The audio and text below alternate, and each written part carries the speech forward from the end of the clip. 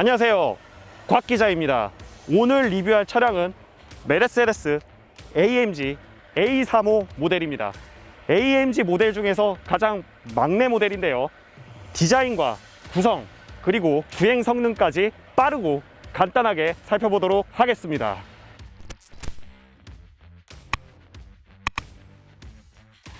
자, 외부 디자인은 AMG 라인업치고 생각보다 보수적입니다. 전면은 AMG의 상징인 세로형 그릴인 파나메리카 그릴이 아니고 벤츠의 일반적인 가로형 그릴에 AMG 배지가 달려 있습니다. 전장은 경쟁 모델에 비해 짧은 편이지만 휠베이스는 긴 편이고요. 덕분에 앞뒤 오버행이 동급 대비 짧아 보입니다. 그래서 측면의 모습은 전형적인 콤팩트 세단의 모습을 갖췄죠.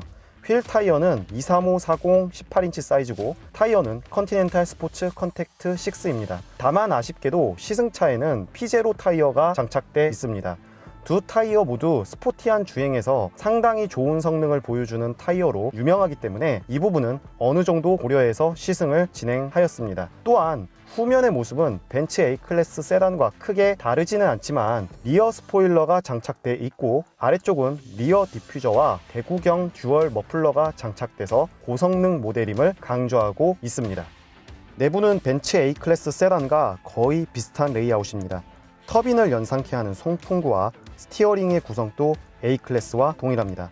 다만 AMG 전용 핸들과 AMG 전용 스티어링 휠 버튼이 없는 것은 아쉽습니다. 기어 레버 역시 벤츠에서 일반적으로 사용하는 칼럼식이고 수동 모드는 따로 버튼을 눌러 활성화한 후 패드 시프트를 사용합니다. 시트는 스웨이드 재질로 마감돼 몸을 지지하는 데 도움을 주지만 다른 AMG 라인업과 다르게 버킷 시트가 채용되지 않았습니다.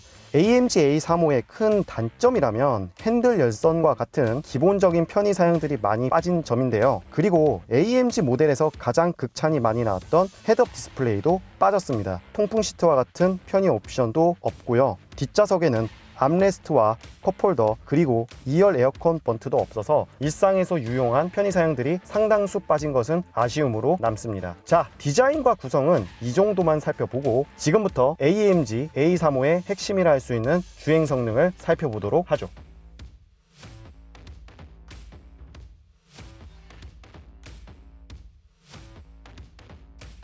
AMG A35는 고성능 모델답게 강력한 파워트레인을 자랑합니다. 기본적으로 최대 출력 306마력에 최대 토크 40.8kgm를 발휘를 하는데요. 덕분에 이렇게 일상에서 주행을 할 때 출력적인 부분으로 전혀 불만을 가지지 않을 정도로 출력이 충분합니다. 그런데 문제는 뭐냐면은 7단 DCT가 현재 장착이 되어 있는데 일단 이 7단 DCT를 봤을 때는 반응 속도나 성능적인 부분에서는 전혀 불만이 없습니다. 근데 좀 아쉬운 부분이 있다면은 일상에서 이렇게 주행을 할 때 특히 저단이나 감속 후 가속을 해야 하는 상황에서 약간 좀 변속 충격이 조금 유발이 되거든요.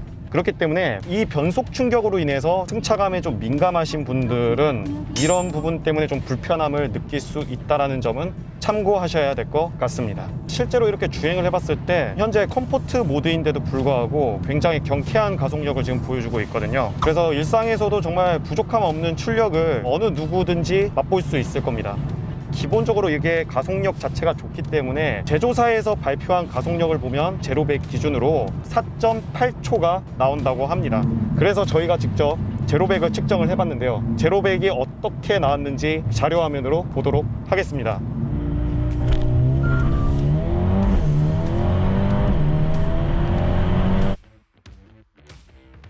네, 이 정도면은 충분한 가속력을 보여준다고 생각을 합니다. 물론 출력이 높고 가속력이 빠른 만큼 중요한 것이 바로 제동력이라고 생각을 합니다. AMG A35의 제동력은 딱 브레이크를 밟았을 때 제가 원하는 만큼의 제동 성능을 발휘를 해주거든요. 제동 성능이 상당히 준수한 편이라고 말씀을 드리고 싶어요. 전륜 쪽에는 4피스톤 350mm 디스크가 장착이 되어 있고요.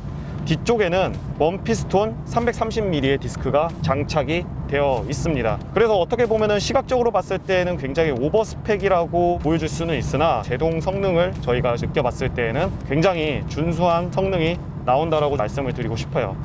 그래서 저희가 직접 이 AMG A35의 제동 성능을 테스트해 봤는데요. 자료화면으로 한번 확인해 보시겠습니다.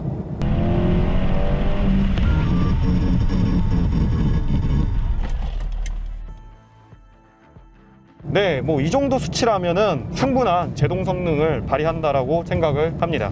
물론 이러한 브레이크 내구성 같은 경우는 한계 주행이나 차량을 좀 더 몰아봐서 알 수 있는 부분이니 내구성 부분은 참고만 좀 해주셨으면 좋겠습니다. 그 다음 살펴볼 것이 바로 서스펜션인데요. 이 AMG A35의 가장 큰 경쟁력은 바로 AMG 라이드 컨트롤에 있습니다.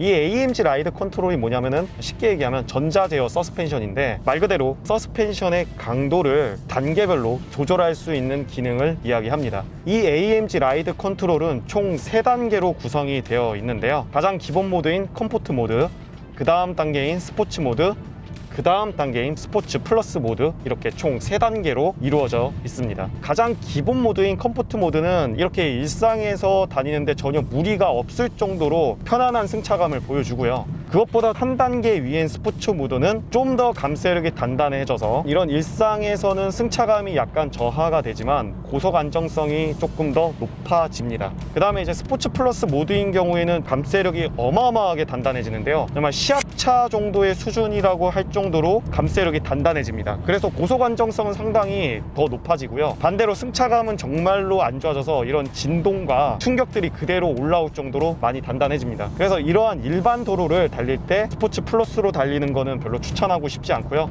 뭐 서킷이나 와인딩 같은 데에서 좀 과격한 코너링을 돌 때에는 이 스포츠 플러스 모드가 굉장히 도움이 될 것 같습니다. 그래서 어찌됐든 이렇게 댐핑 컨트롤을 운전자가 원하는 정도로 이렇게 조절할 수 있다는 것은 동급 모델에서는 할 수 없는 부분이기 때문에 상당한 경쟁력을 지닌 기술이라고 생각하면 좋을 것 같습니다.